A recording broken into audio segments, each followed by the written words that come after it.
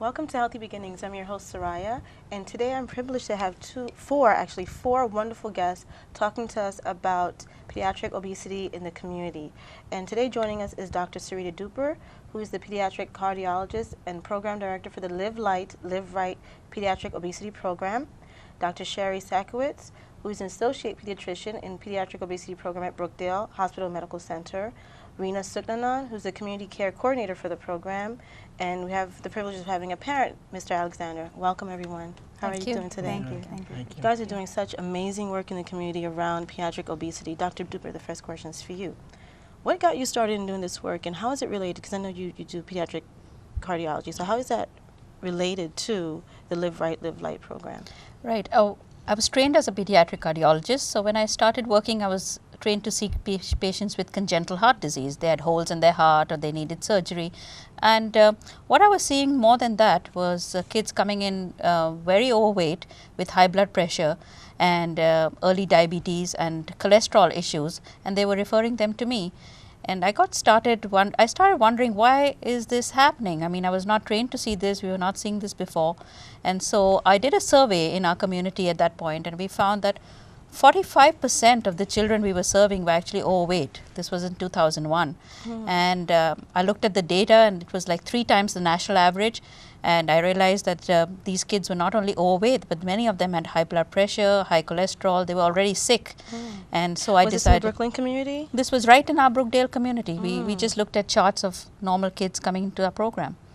And that got me really worried. So I spoke with with our administrators and said we'd like to start an obesity program.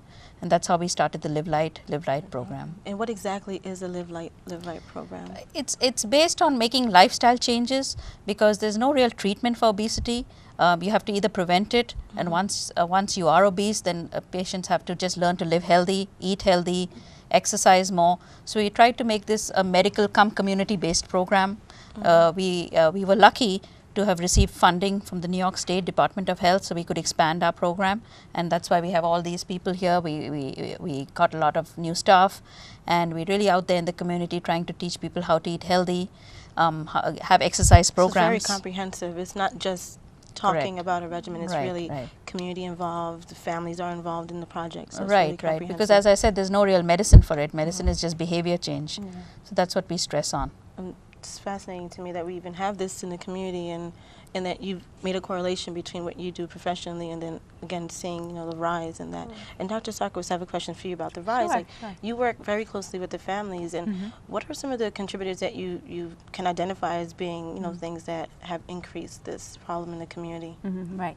I think there are several things that cause a rise in obesity. I think genetics always plays a role, but I think in terms of the increased prevalence in obesity that we're seeing in the past 25 to 30 years, it's mostly due to the environment and the behaviors that have been learned. Today, unfortunately, there's become a sedentary lifestyle that the children are following. They are, instead of walking to school and riding their bikes, they're taking buses, trains, or cars. The physical education that they usually had at school is lacking. As some schools diminished or is completely decreased. TV watching, computers, video games, they've all taken the place of kids playing outside and doing active things. So we've turned into couch potatoes, and now we're dealing with the fallout of that. Exactly. Also, I think that the parents are not educated in terms of what is healthy and what's not healthy. The kids are eating a lot of fatty fast foods. And that's what's available today. That if you walk down the street, you see fast food restaurants in every corner, on every street, and it's very accessible. They market to children. They give away toys, and that's what the kids want. So I think it's a combination of those things. Dr. Duper worked very diligently to get just the removal of certain beverages out of the schools for a long time, and I don't know how that's changed or not, but that's the impact as well. Just how we just eat on a daily basis, the kids in school. Do you see that? With talking with the parents, it's easier to deal with the children and making changes in that way, or what do you mean? Like if you're putting together a plan, because it's very comprehensive, is it easier for you to talk to the kids? Is it easier for you to talk to the parents? You know, we like to talk to both because, you know, we need to talk to the parents because the parents are the ones that are buying the food, cooking the food, and serving the food. So we, you know, we kind of need their support as much as the kids' support. We have to motivate the kids and, you know, try to tell them about the dangers of being overweight and eating all the you know, sweetened foods and sweetened beverages, and, you know, we just try to educate both. But and not just even having a balanced diet at all. Right, exactly. But we need the support of both. I mean, definitely to make it work and to be successful, we definitely need both parents and children to be involved. Thank you so much, Rena. Rena is not only the community coordinator, but you're also a community member.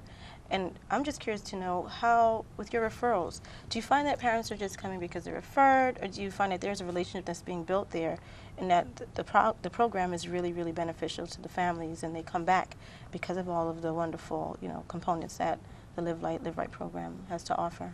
Okay, well, initially when the parents have been referred, the child has been referred to the program, what happened is that I tend to see a lot of parents have little or no information, or knowledge rather, about what's going on with obesity and how it affects the child's health.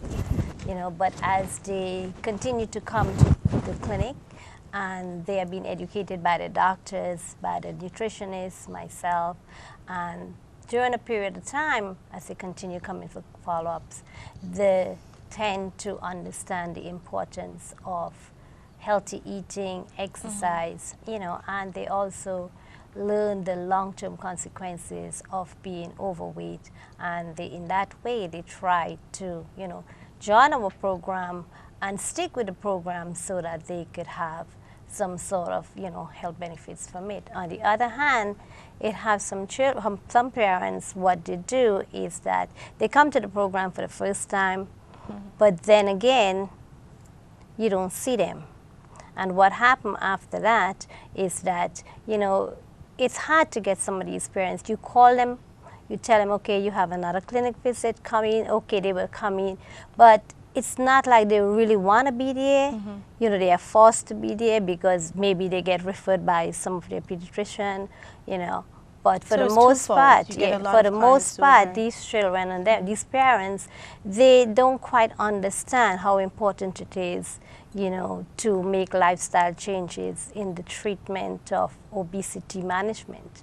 You know, so all in all, some parents come because they really learn the importance of, you know, healthy eating, exercise, and they get the benefits of the program. Whereas on the other hand, some parents come because they are forced to, or the doctor tell them that they have to come. Do you find that you have a lot of parents who are themselves obese as well as the children, or is it that the children may be obese and the parent is not?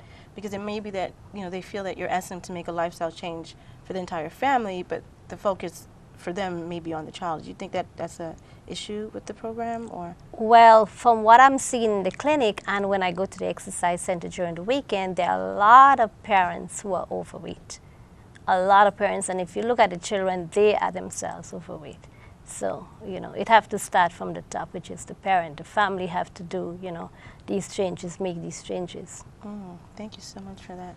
Hi, Mr. Alexander, how are you? How are you? Okay. So when exactly did you recognize a problem with your child and then enroll them into the Live Light, Live Right program, and how's that benefited you? Well, we realized our daughter was overweight when she was 6 years old. She's 9 now. She was gaining weight at a rapid pace, and we took her to a doctor, and we asked him, you know, what can we do about the weight gain, and he referred us to Brookdale because he knew that they had a program there, the Live Light, Live Right program, and we took her to Brookdale, and there they educated us about a lot of things that we had no knowledge of. They did medical evaluation with her. They told us about her sugar level and that she had high cholesterol, a lot of things that we had no knowledge that this was going on in our daughter's body. And they educated us in terms of what foods was bad for her and what foods was good for her. And because we as parents, you know, we never read labels, you know, we just, you know, we see things that's 100% fruit juice, we think that's good for our child, and, you know, not looking at some of the other contents that's, you know, like the sugar contents, which was very high, we, you know,